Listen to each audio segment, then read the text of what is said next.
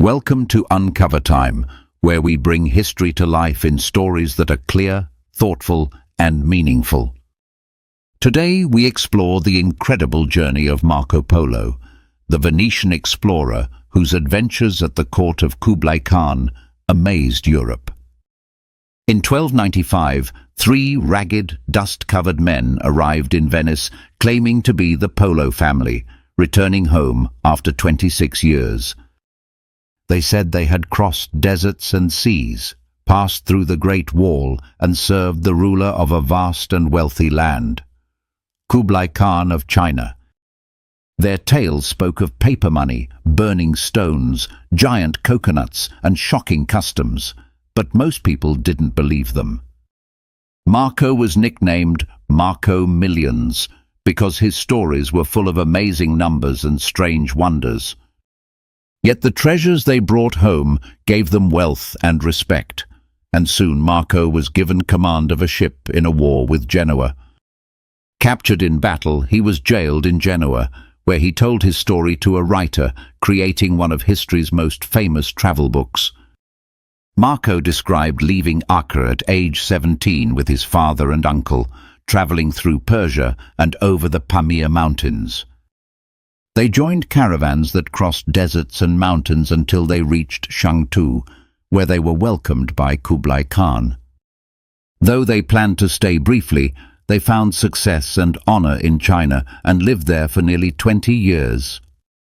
Marco became governor of Hangchow, a massive city with hospitals, canals, villas, and well-behaved, elegant people.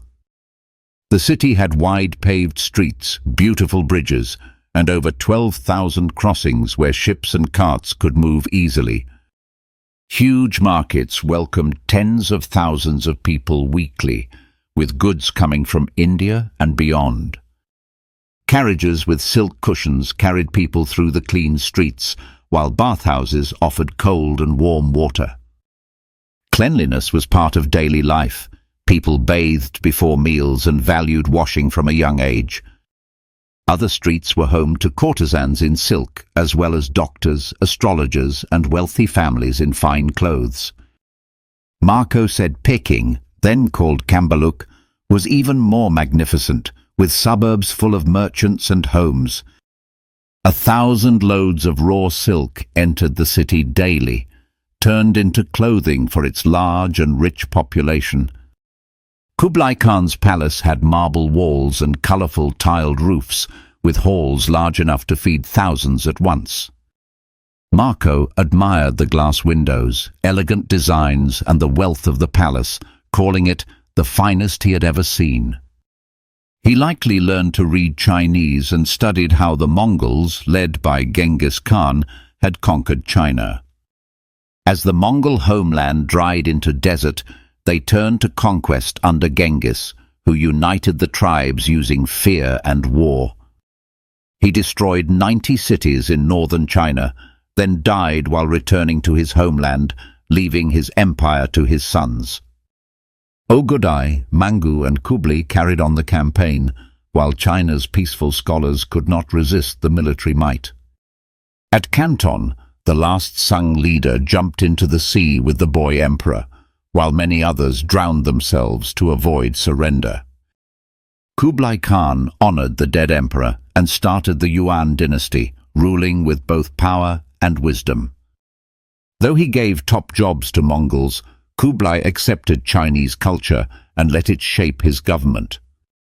He supported many religions, improved roads and canals, and built granaries to help people in famine.